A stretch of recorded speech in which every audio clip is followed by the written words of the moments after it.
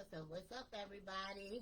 Welcome back to another episode of From Prison to Promise. I'm your host, Sonya, the CEO, and I'm here with Mr. 3375. And we are back in the building. We have had some weather again today. The weather in Richmond, Virginia is acting like a bitter baby mama, I swear to God. I swear, it is crazy outside. We literally had all four seasons in one day. But we made it, needless to say. Thank you guys for all of your support each and every week. We have an exciting interview. This guy actually brings the snow with him because the last time he was supposed to be on here, we had 85 feet of snow. And we tried to do this interview at the library and it didn't work. It was just crazy. So thankful that the universe brought him back. We have Mr. Hussein Nix in the building today and he's going to be sharing his story. Welcome, Mr. Nix. How you doing? Finally, you're here. I know, right? I can't even hear you. You got to talk. Right? Yeah, I know, right? Well, welcome again, officially to 101.1 The Fam. We definitely are grateful that you had the time to actually come back to us and share your story. It's definitely impactful. So we're going to start at the beginning. 17 years old, sentenced to 16 years. Talk to us to what led you there. A series of bad decisions, really. Yeah. Well, it didn't start that way, of course, like it doesn't for anybody. Mm-hmm. But the crowds you decide to, associate yourself with is very important, especially at that tender age, that young age where you're so impressionable. And not to say that me and the particular guys I got in trouble with were the bad influence, but we all was in the same type of environment, so it was like no matter what, we picking and pecking off for the same stimulation. Gotcha.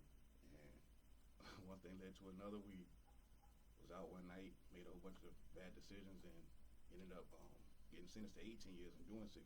Oh, okay. So, and that was an experience in itself too, of course. Right. Especially being so young, and my first interaction with the criminal justice system, with court, with police and everything, and for it to play out that way was, it was very discouraging. It was heartbreaking. Mm-hmm. It was traumatic. Yeah, definitely. Mainly traumatic, really. Right. Especially when you got to come back out and just readjusting to everything. So. Absolutely. So rewinding back, like you said, this is your first experience with the justice system. So what type of kid were you? Was it just normal hanging with your friends and just so happened we just decided to test the limits of whatever we could do?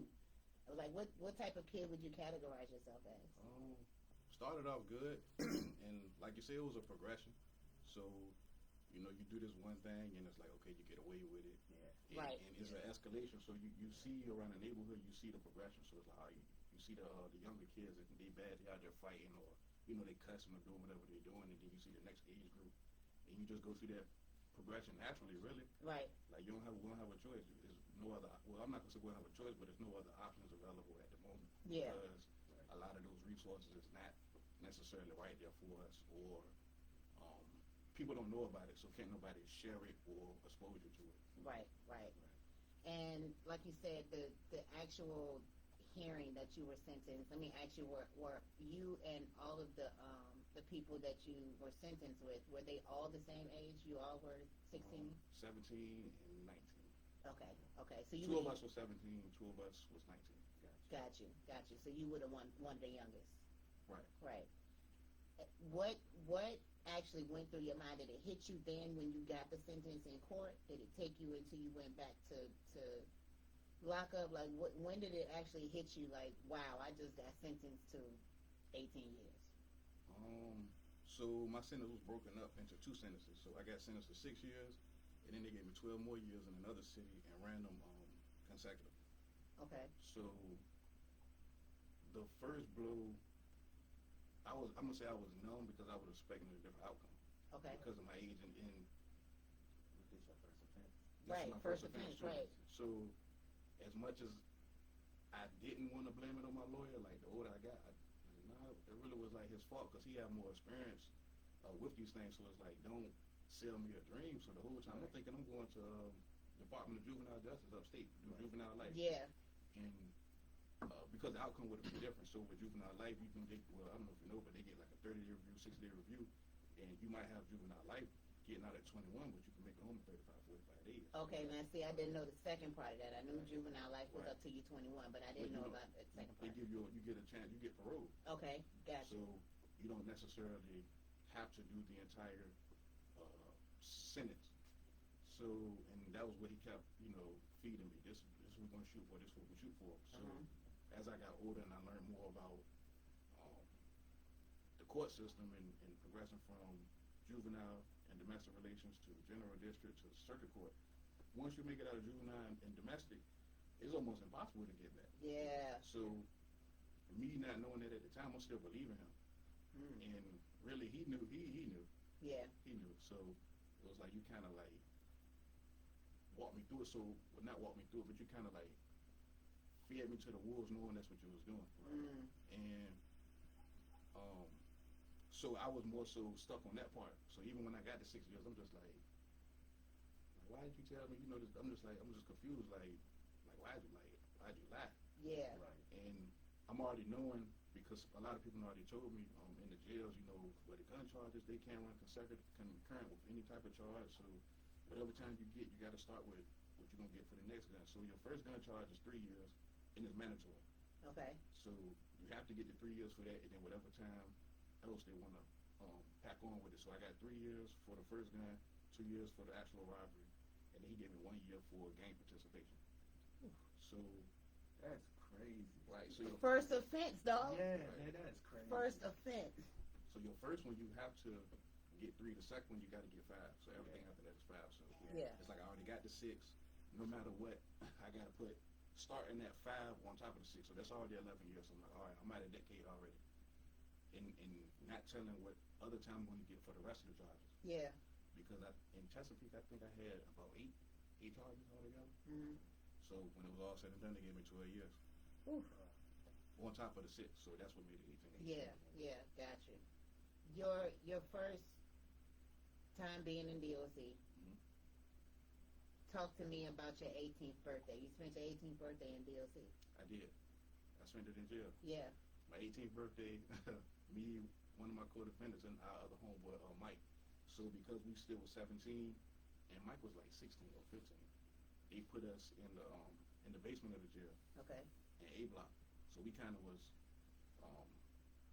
away from actual general population still at that time. So when I turned 18, it was like, well, dang, they about to probably get me and take me upstairs. But we were like, well, nah, we still in juvenile court, or we supposed to be, we facing a juvenile offense, so maybe they won't. So we just didn't know. They came 2 days later, snatched me up, took me upstairs. So, and it wasn't like I expected. Yeah. But it wasn't as bad as I was expecting it to be at the same time. Okay. Especially being 18, because when I got up there, it was plenty of 18-year-olds. Yeah. So I was like, what the world? But it was definitely different from coming from the detention center to then being, it's just us 3 in the little juvenile block, to then going upstairs with the adults. And they put me in a dorm too, so it was 10 men in a cell, but the cells didn't have doors. Okay. So it's 10 cells, 10 people in the cell, no doors. Everybody screaming all night long. So I'm like, okay, that's what jail is. Jail is just everybody screaming. Okay. No sleep. No sleep, just screaming. Jail is everybody screaming. Yeah, like no truer statement has ever been said. It's crazy. Man, so, I mean, it's so much to unpack, because it seems like you went through stages of, like, the acceptance, right? Right.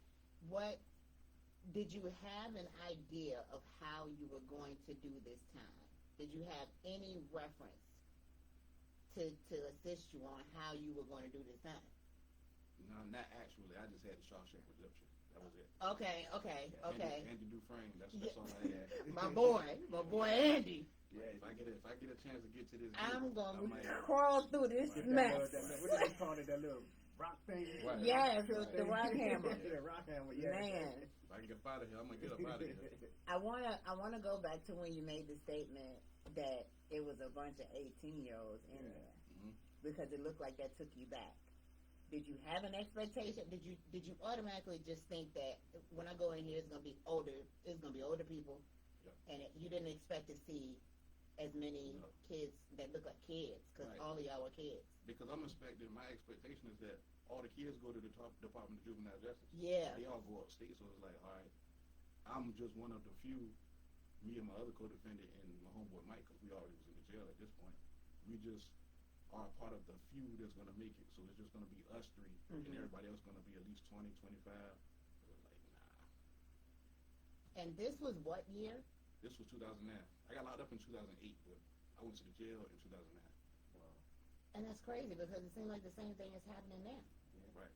Like these kids are going to jail like it is something to do. Right. And then when they get there, they keep reoffending and they keep going up the security level.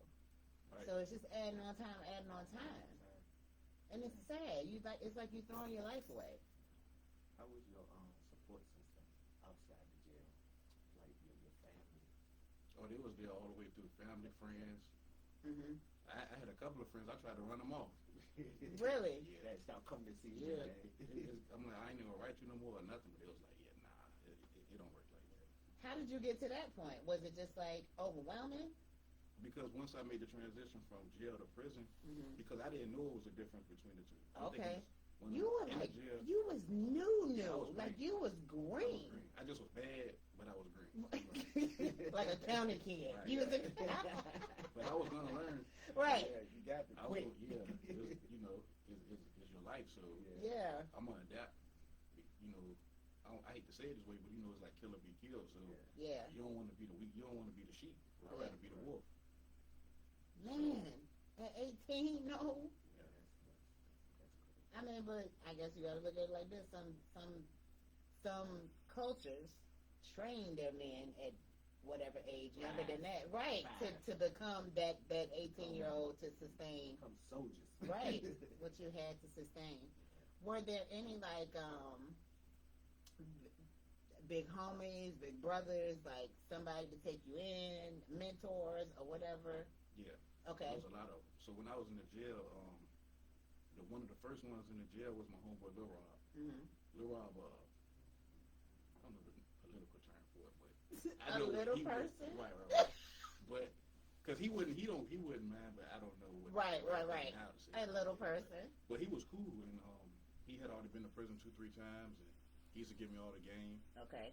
What to do, what to not do, what to stay away from, and But his main thing, because he come from hustling on the street, was he wanted to put the hustle in. Okay. So he instantly was teaching me about prison economics. Okay. So that was what I got from him. Gotcha. That's coming from the jail. Okay. That's what's up. Did you ever get was there ever a chance when you was like slipping and acting like a little hardhead, somebody had to pull up on you? Yeah. Okay. And he from Richmond. Okay. Yeah. An older guy named Coon. Okay. Yep. Pulled up on you. What was that like? What was going on? You was showing off. Yeah, because I already was like pissed off, but he knew what I didn't know. Okay. So, and he knew what I didn't know, and he knew that I didn't know what I didn't know. Okay. So, and somewhat too, like he had a crush on my mom too, because he seen it in the visitor. So one day, because I was gambling, and Okay. I had lost all my money. And the worst thing, I lost the money before I got the money, so it was like I don't even get to enjoy the money. Right. So he seen it. He just was. I seen him. He was like, eyeballing me from. As soon as I came in, I just thought, oh Lord, here you go with this. So I walked to my cell, and he come in the cell behind me, closed the door and everything. He was like, yeah, we gotta fight. I was like, what? Yeah, we gotta fight. He was like, you ain't about to be in here giving away all your mama money. They were like, cause she ain't got to give it to you. Yeah, for real. It was like, and, he just gave me a little piece in that little moment. Mm-hmm. But he was stern enough about it that I was like, you know what, you're right. It didn't stop me from gambling. Yeah. It stopped me from gambling my mom's money. I got you. Right. So I got you. Because you had a lot of stuff that a lot of men don't have in there, especially if they're on the second and third bed. They don't have, mom to come see them, or anybody to come see them for that matter. They waiting on the next person to hook them up with somebody just to take up the time. So to have somebody, that's why I asked you that, because I know they sat back and they envied that. I've been in the visiting room before. I see the eyes. Everybody looking at who got the baddest girl. Right. Everybody know everybody's little sweet mama that come in there. You know what I'm saying? You know how it is. So I figured that you probably would have a situation like that. Is there anybody that you kind of came home with, as far as like connecting with your outside supports and helping you navigate the transition coming home? Yeah, a few people. Some of the people I was incarcerated with. Okay. Of course, still my mom. Okay. My co-defendant. Okay. Because he came home first. And he was very pivotal in that beginning stage where, you know, making sure I kept my feet in front of me and I didn't backtrack and you know, just pushing me forward like, hey, this is what you want to do. And he motivated me a lot to believe more in myself at the same time too, and that was dope. Yeah. And then, you know, more people down the line too. Absolutely. What's the hardest thing about coming back, transitioning into the world? I made the decision to not go to where my support was. So like, not only was I coming somewhere brand new, but I was in a whole new area. It was just me. Right. Got you. So you got uncomfortable, basically. Right. Okay. And did you set up? How was it setting up support around you and building that trust? I thought it was gonna be easier than what it was because I went to a halfway house. Okay. And everything about the halfway house, I feel like this particular one, everything about it says like this is like the perfect environment to be in coming from prison. Okay. But what they didn't understand, they didn't understand. So it became almost like a prison. I get it. Okay. It was like they didn't see what I seen. So, and you know, a lot of the people that's coming in, the population coming in, you know, people just happen to be free. Most people not getting out with a plan or anything. Right. So they wouldn't be able to see what the gift horse is that's right in front of them. So like, really, this is like a decent platform to start on because of the way it's set up. Okay. So we didn't have to buy our own food because they provided food for us. Right. They gave us was supposed to, because transportation was always something. Right. But even still, like it was like 3 bus stops right there where we was at. Okay. So it was supposed to be a lot more than what it ended up being. So they kind of had a prison mentality. So if one person do something, it was like shut it all down. So it got to a point we couldn't even go outside. Oh wow. So like, I wonder if they know we free. One person messed up. Yeah. Everybody, yeah. Everybody got to go to sleep.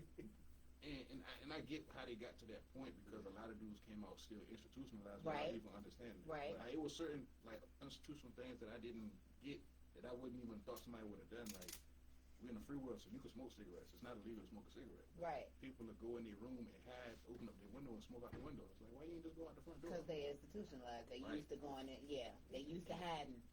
Yeah. Right. Yeah. I think that's really what it was. Like it's the adrenaline rush of getting away with doing something you ain't supposed to be doing. Ooh.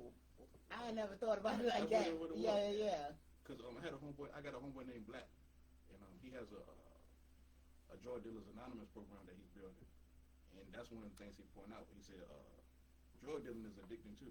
Yeah. That lifestyle. Right. So sometimes like you could have a better optional route, and it's the I guess it's the dopamines and it's the excitement you get. It's the from rush doing you what get. do. Right. So,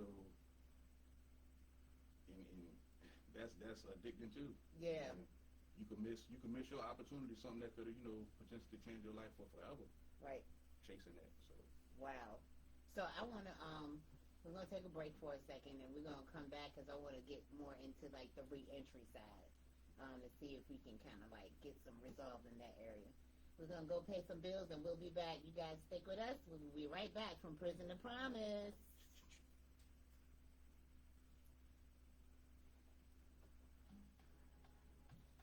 Ooh. You on Facebook? Yep. Oh, turn it down. You can turn it up. They can listen. Oh, I know sometimes they block. Oh, I thought you was about to say something shady. No, it's on the music. I'm about to say, go ahead and say it. Let me see what I got in my bag. Who is this? Ira Star. Who? A-Y-R-H. Ira Star. 2 R's. A-Y-R-A. Yeah. Oh, we need a signature, sir. Song called Okay. Rush. Got it. Oh, she's fine, too. What's this song called? Rush. Rush.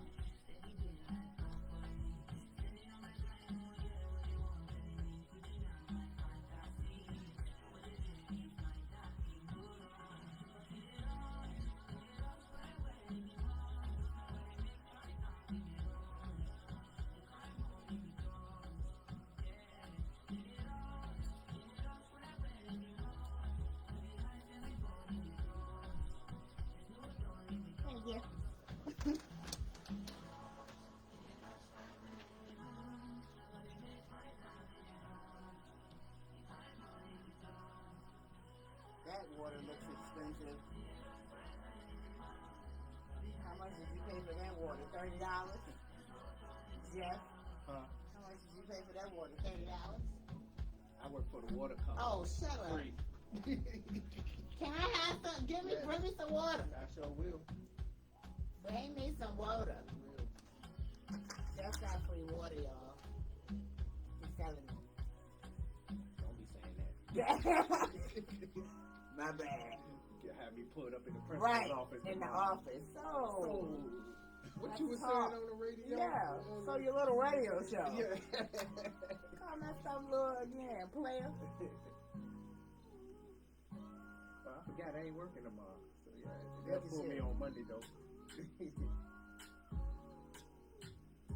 might not if I feel where I feel now. Good job.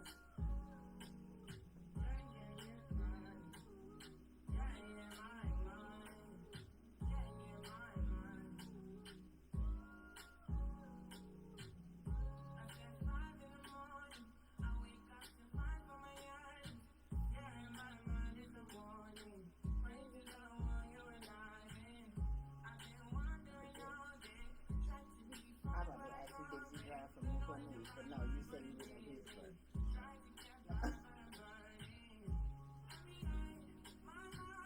Was it still snowing up there? It didn't stop. It stopped. But they would still be ignorant.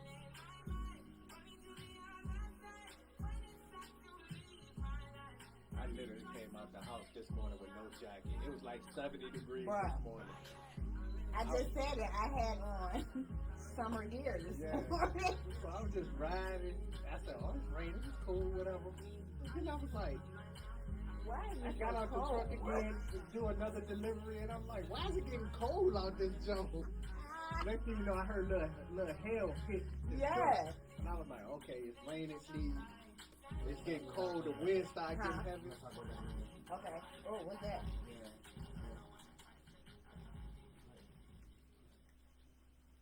All right, we are back. Thank you for staying around and tuning in to another episode of From Prison to Promise. Again, I'm your host, Sonia, the CEO, and we are here with Mr. 3375. and Mr. Hussein Nick. So we're going to get right back into the conversation, guys. So, like, we were talking about the halfway house and, you know, the setup. And a lot of times people try to get into this line of work trying to help returning citizens and everything, and they have their own blueprint of what they think you guys need. Coming from a returning citizen, what would be the ideal reentry program? Is there an ideal reentry program? All in one, no. Okay. But everybody play the intricate parts. So I feel like it's about knowing who to go to, where to go to, and at what time to go to. Okay. Mental health would be first because we transitioning from an institutional way of living. Mm-hmm. So Speak on that. That's really the main thing you really first want to get back right is your mindset. Absolutely. So then you could build from there. So you build your mindset first, then you go into your personal development and your professional development. Okay. So- Okay. I like that blueprint. So, when you're talking about your mental health, how should we approach that? And because I'm asking because I do agree with you wholeheartedly. The mental health piece is a piece that is not only very important, but I think a lot of the returning citizens skip over until they can't, if that makes sense. When all the excitement wears down, when all of everything, you know, the bells and whistles are gone, that's when we're paying attention to how we're feeling and feeling the realities of the world. So how should that be approached? Is that something that should start on the inside? Ideally, but mental health and health care period on the inside is the worst. Okay. And that's not to say that the people doing the jobs are bad. Right. It's the system that they have. It's horrible. Right. It's horrible. Right. But could it be possible that, say if an outside source comes in and it's like a reentry program in DOC, Okay. do you think that's something that would be accepted? Because here's the thing, when we talk about doing programming for this population, we really have to get you guys buy-in to Right. see what you will accept. Ultimately, the change is up to you. However, we can't just say, oh, you have to go to therapy when you're in your last 6 months. Because all you're going to do is just go just because that's what you got to do and sit there and BS with the lady. You know? That's true. Everything become monotonous. Absolutely. So it's like really and that's really what reentry has become. It's just like going through the motions. Right. So that's why I'm asking, like, from your point of view, because we know that it's resource navigation. We know that. We know that housing is an issue. However, from my opinion, the actual housing piece is not the issue. It's the sustaining the housing and sustaining the responsibilities is the issue. That's true. And that's a lot of the reason why I feel like mindset should be first. Okay. Because everybody is not a one size fit all puzzle. Absolutely. So everybody might need to be walked through in a different way. So really digging deep into like where they are mentally will help you really figure out like, okay, maybe this is where we should try to guide you a little bit more this way, or you kind of missing a little bit on this side, so let's kind of like reinforce that, or bring these things to you. It's like, oh, you kind of way farther along in the process than we was expecting, so like, well, let's just throw this at you. Okay. So it's really about shuffling around the resources that way according to where the person is at, what their goals are, or putting goals in a person's minds anyway, because who knows if they even have some. Like, we don't know what a person's expectation of themselves are. Wow, so that's you kind of big. got to get to that point too. Yeah, that's big. I like that. It's kind of like everybody stay in their own lane, but kind of come together for the common good. Right. Yeah. How was the transition from like when you came out and now everything is different, like computers and phones and from Nintendo to PlayStation 5, like all of that stuff? How did you like adjust to that part of it? I missed a lot of it. Yeah. So a lot of it went over my head because of the halfway house situation. Right. So like if I would have went home, a lot of the things that I kind of was still late on, I wouldn't have been necessarily late on because I was around people using it. So in the halfway house, everybody was late. So it's like it's like that was the normal. Yeah. So everybody asking each other how to set up an email. Yeah. We stuck there. Right. You talk about PlayStation, I'm talking about Gmail. You had to make the wheel first. Right. Wow. When I was in the halfway house, there was 30-some people in there. I was the only one with a driver's license. Wow.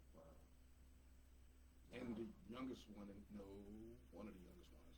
Okay. Right. Did you guys have your own room? Did you still have to share a room? Right, 2 people to a room, and then 2 rooms share 1 bathroom.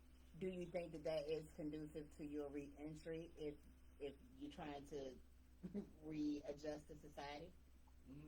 Because I think, in my opinion, I think reentry housing should be single beds. I mean, because literally y'all come from a cell sharing the bed with somebody. So I think that it should be 1 person to a room. I would agree. Okay. I would agree. That's a big place. 30 people. With 2 to a room. It's huge. It's like a center. Yeah, then they had another part where they had a whole bunch of apartments. So that was a whole other wing to the facility. They had a whole cafeteria in there. Wow. It was a very nice facility. Very nice. Gotcha.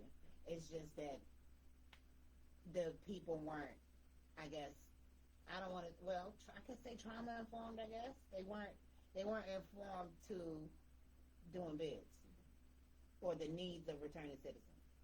True. Okay. Like, I don't know, because I don't want to say that. Yeah.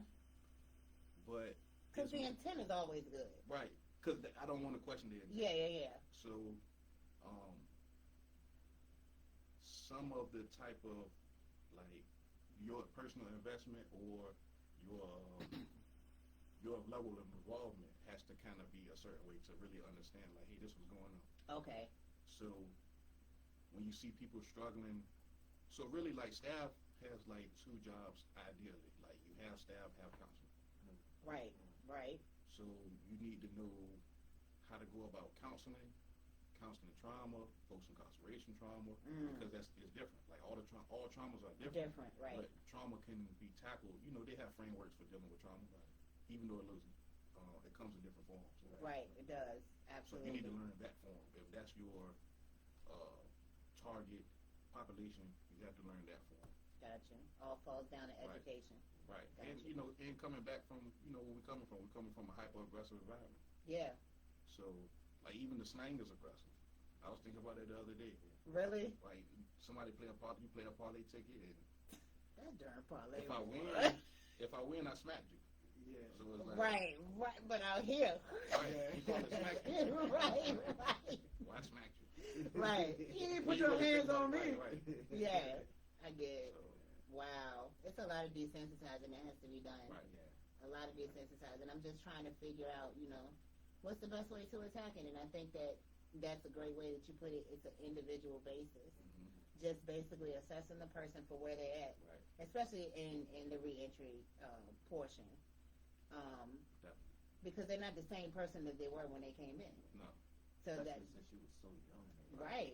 And I went through many changes. So like, Of course. I probably was 4 or 5 different people when I was incarcerated. Right. From the time I started till I ended. So, Even if you've only been in there 4 or 5 years, right. imagine that change. Because being in that environment all day, every day, and having to learn a new way of life, True. that's traumatizing in its own. Right. So the person who coming from living a life, you do your little dirt, Right. like collar crime or whatever the case may be, but it's never nothing physical. Mm-hmm. So coming into an environment where you have to be physical to get your respect, Yeah, it's like you now they going through this and they're gonna bring that mentality home. yeah, So, absolutely. So then you got to be somebody that you're not. Then you're dealing with imposter syndrome. Then it's just a lot. Right. It's just a lot. And then they expect you to get a job.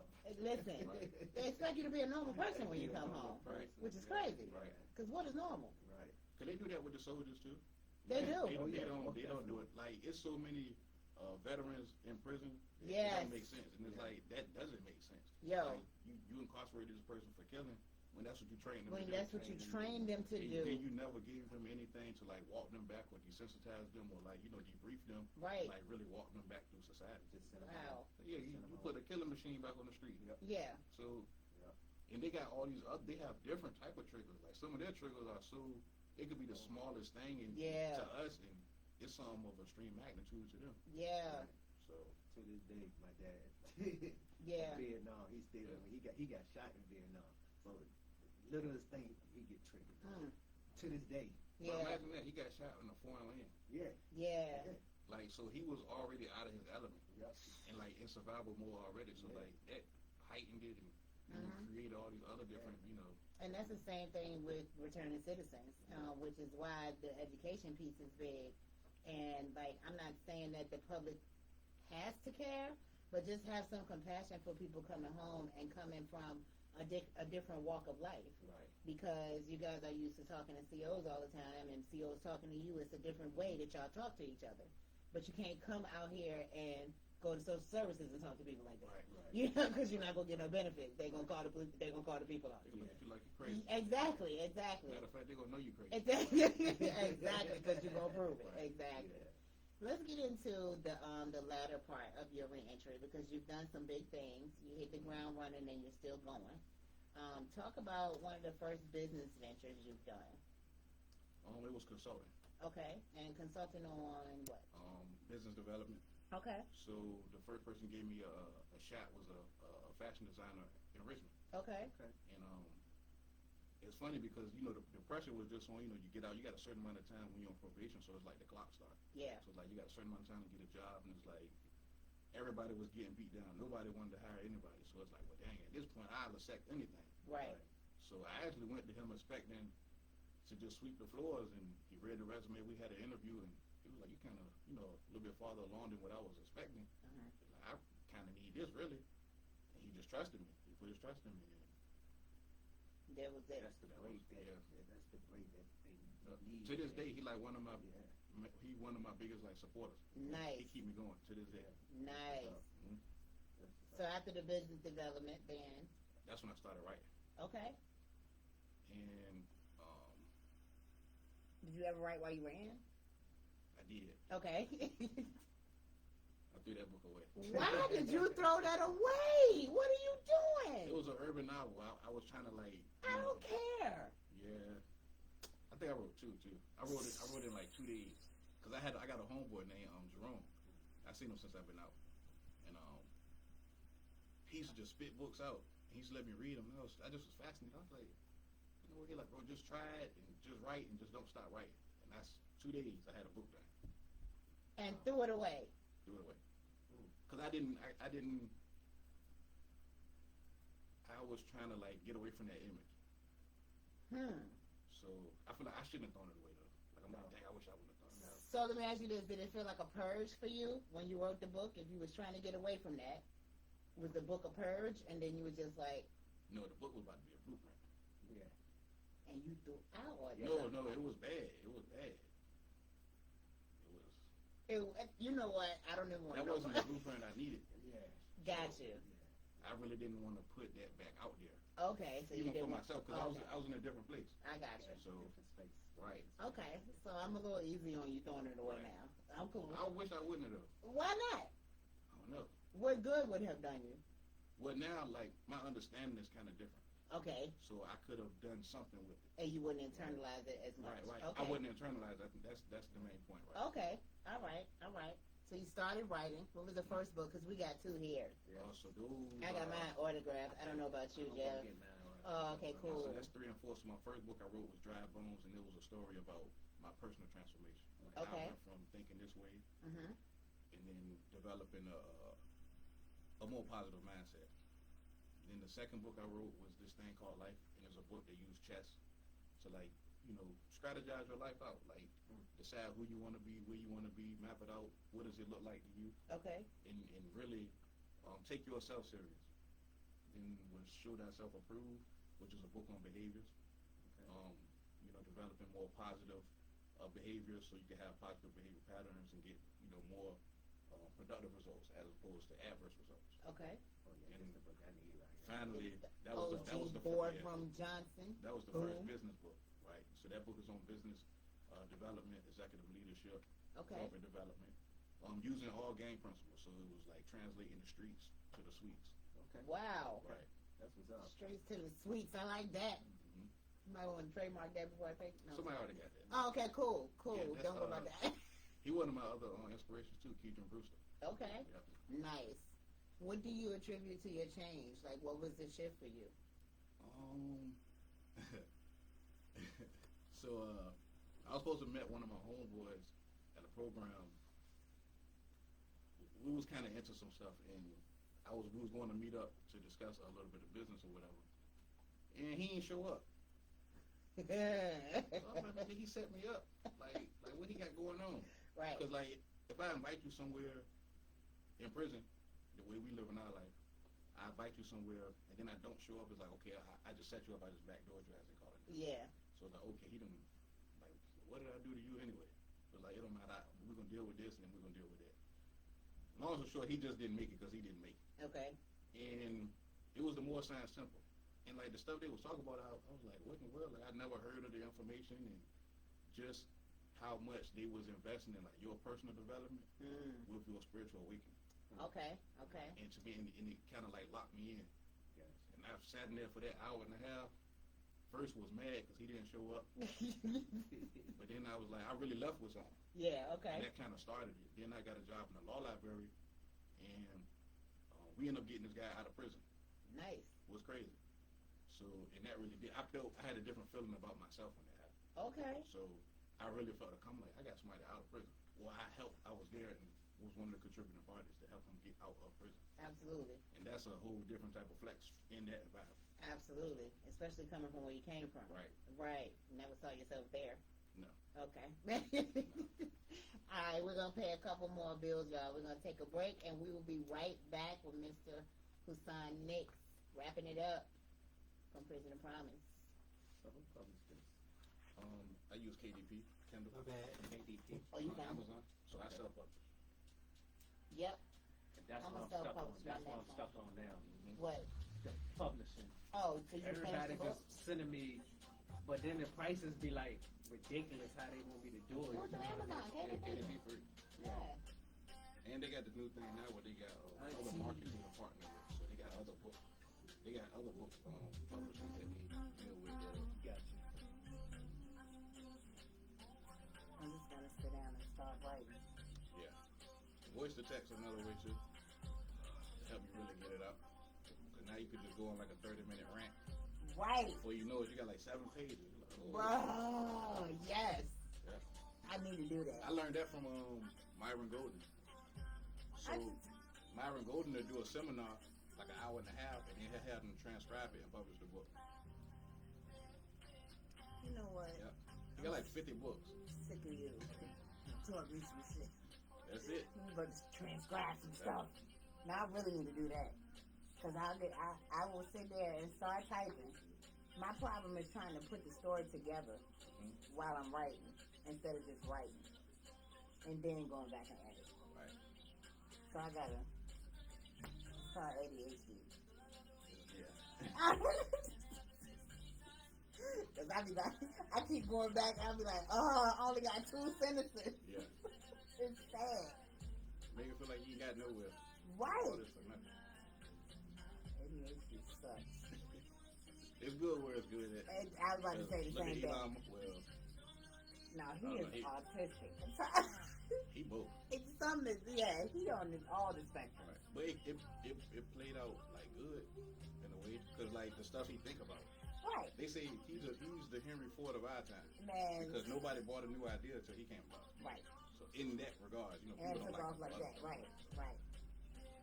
Putting, yeah, he doing some stuff that Yeah, people Elon. wouldn't have thought would have ever been possible. He had a little touch. He alright. Yeah. He a little tight. He had a little touch. Is his son, do you see his son name, one of his son's names? It's spelled something. I'm like, how do you even pronounce that? Yeah, I know they all got those type names. it's crazy. What's those? It's like Dutch names, I think, because they all from South Africa. Well, I thought he was Egyptian. No, they from South Africa. Okay. He's Yep. funny looking little son. Sorry, Elon, if you listening. You my dude. That ADHD come in handy when I gotta get stuff done. Right.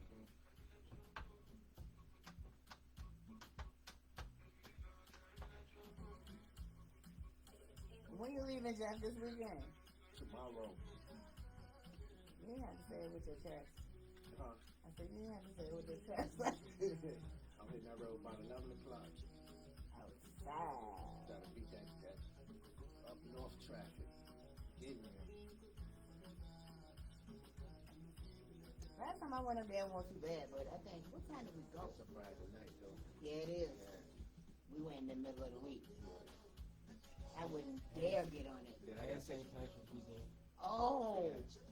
And I gotta take a nap before I go out.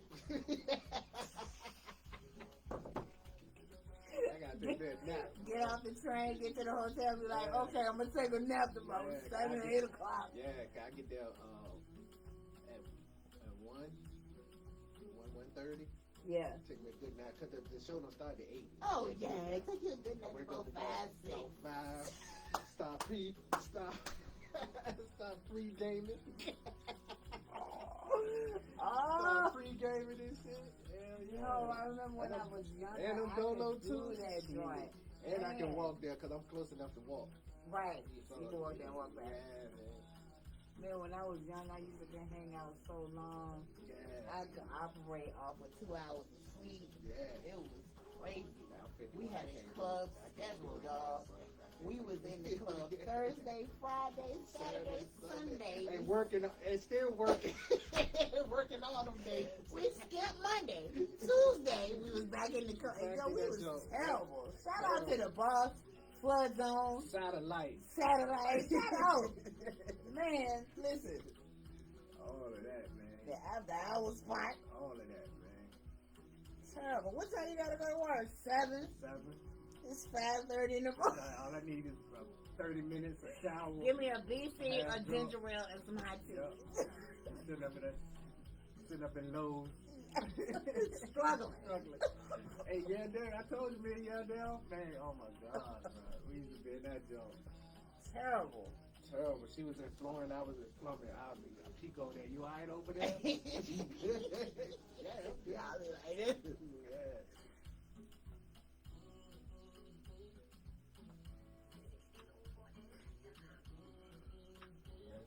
Yep. 15 minutes. All right. We are back in the building with Mr. Hussein Nix, and we were gonna wrap this joint up and talk about the future. So look, you've already done a lot, sir. What is next for you? I'm taking my reentry professional. Okay, what does that look like? Of course, contracts for, partnerships with local nonprofits, corrections nonprofits, Okay. other criminal justice professionals, Mhm. college tours, things of that nature. Nice. Just spreading the part that I know what they don't know, Okay. and they know something I don't know, Absolutely. but they serve my population. Yes. So it's really to add insight. Okay. Because I want what I come with. I want it to be impactful at the end of the day. Nice. What part will you play, if any, in the curriculums that are in DOC in jails right now? Because they are very antiquated. A lot of the stuff is repeat. I literally hear, I have some counselors in DOC that feel like they're literally burnt out because they're saying the same things over and over and over and over again. Will your professional reentry play a part in that? Ultimately, that's ultimately where I'm really trying to get it at. Okay. Is to have it, if anything, at least licensed. Okay. The system, because it'll come with its, we're on the outside, so we'll do our own iterations. Okay. So we're going to keep it up to date because I'm invested in that community. Anybody that I'm dealing with, we invested in the community, so it's all about keeping you where you need to be. So like, we're not going to let it get 5 years behind. We're not going to wait 5-10 years before we update the program. We're going to wait like 3 months. Right? Okay. Because stuff changed so much out here. Absolutely. And there's so many different avenues. So, Absolutely. like a lot of the trades people are getting, they are relevant trades, but they're not relevant according to what they're being taught. So they're being taught from books from 1980 something. Absolutely. So it's like, what? Yeah. Then it's like, a lot of this stuff don't look this way anymore because of technology. Yeah. So, like, you have to bring that aspect in it too. Even if for security reasons, because they use that for everything. Yeah. You don't, allow people to use the technology, but they should at least learn about it. Yeah. So, and a lot of people don't know. Like, they just don't know. And, some of the staff don't know. Yes. Because they spending half of their day in there as well. True. So, that's a major part. Gotcha. Speaking of don't know, I'm going to take it to a different level. A lot of the inmate population are at a medium to low education level. Right. A lot of them. To the point that some of the cases that I've heard of, I'm like, this person shouldn't even be in here. Right. He can't even read his casework, How can we meet those people on a level that can transfer into something? See, and that's where I guess the advocacy will come in at. Okay. Because the lawyer should have did a job of that's part of protecting that person's rights. Protecting the client, okay. So, like, you fail that, or they just, for the most part, if it's a public defender, and not to say anything about them because, some of them trying to earn their stripes. Yeah. But they don't necessarily have the time to put into, this a person's life at stake. For you, it might be a number on a sheet of paper, a stat, but like this to this person's life. Right. So all of these things should go into effect. They got truth of sentencing now. So like truth of sentencing makes mental health, where you grew up at, it make all that irrelevant. Wow. Because it's like cookie cutter. It's like, well, if 1 and A, 2 and B, and 4 and D go together, well, that means this. But it's like, well, no, some things is black, some things is great. Like everything. Yeah, everything ain't black and white. Yeah. Right. So, it's just horrible. Like it started there. Yeah. Wow. I just feel like, and I know this is with anything because again they're gonna have to want to change. Right. I just feel like we're still gonna have a population that's kind of left out of the movement, and I have to be fine with that. That's Yeah. You know what I'm saying. That's just the reality of it. That's true. One thing, you just can't save everybody. Right. That's true. You just can't. Right. Because just like technology is empowering people to to be successful legally, Yeah. it also is showing you how to become successful Illegally. Yeah. with little friction. Yeah. So now you could do this and the third, and you could take the violence out. Right. And hope you don't get caught. You just hope you don't get caught. Because ChatGPT can't go to jail, y'all. But really, you gotta make somebody believe in themselves. You could get somebody to believe in themselves. Yeah. Is nothing to be in their way, especially not somebody from that's in prison, because there's a lot of talent in there, like a lot. Man. There's a lot. Oh my gosh. So much talent, so many artists, so many poets, so many writers, so many thinkers. Yeah. Just people to trigger different things. Listen, the manipulation alone, Right, yeah. even just to get what you need to survive. Like even like Ali Sadiq, we was talking about him earlier. Yeah.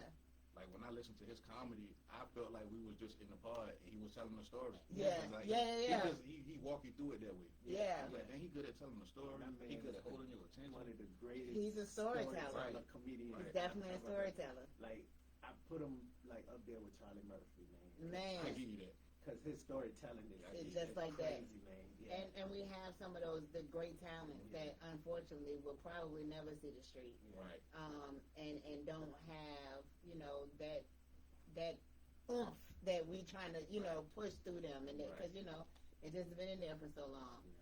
But we definitely want to shout out to them. We want to make sure that our hearts and minds go out to those, whether they want to change or not, just the compassion. My JPay stay jumping. GTL stay jumping. I see solutions, all of that stuff. Just to make sure that my guys and my girls know that they can just pick up the phone and call, even if it ain't but 15 minutes. I know what that means to that population. What would the Husan of today say to the Husan of the past? I love asking that question. And I want you to tell me what age you talking to.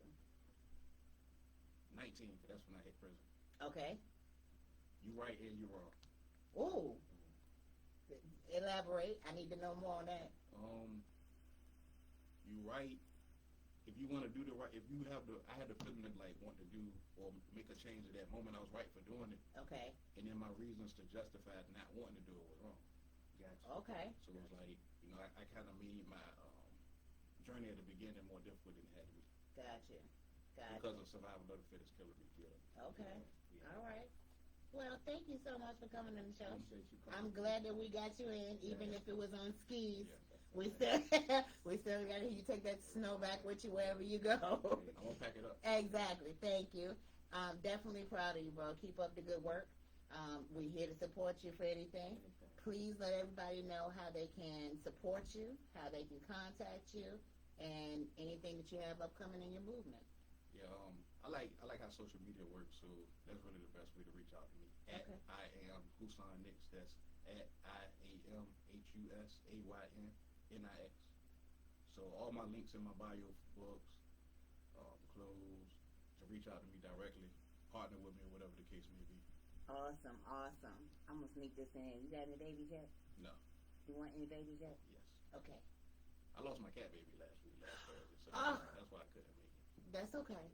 That's all right. I know how that feel. I lost my baby girl when I got her in the front seat with me. She riding her little paw print. Yeah. Yeah. I got her in my pocket. Yes, we're pet parents. Well, thank you guys for tuning in. Oh, a turtle. What's his name? Snappy. See, I got a snake too now, though. So. Okay, no, I don't do that. No. You do it too much. Yeah. You're doing a little bit too much. That's the beginning. The turtle is the beginning of the reptile. Okay. Well, my brother has a huge turtle now. Franklin is probably like this big. Franklin has his Franklin the own. turtle. And guess what? We found out that Franklin is a girl. This dude has never changed her name. You know it's a turtle. Yes. They produce their own babies. Yeah, so with that, what we're going to do is we're going to end the show.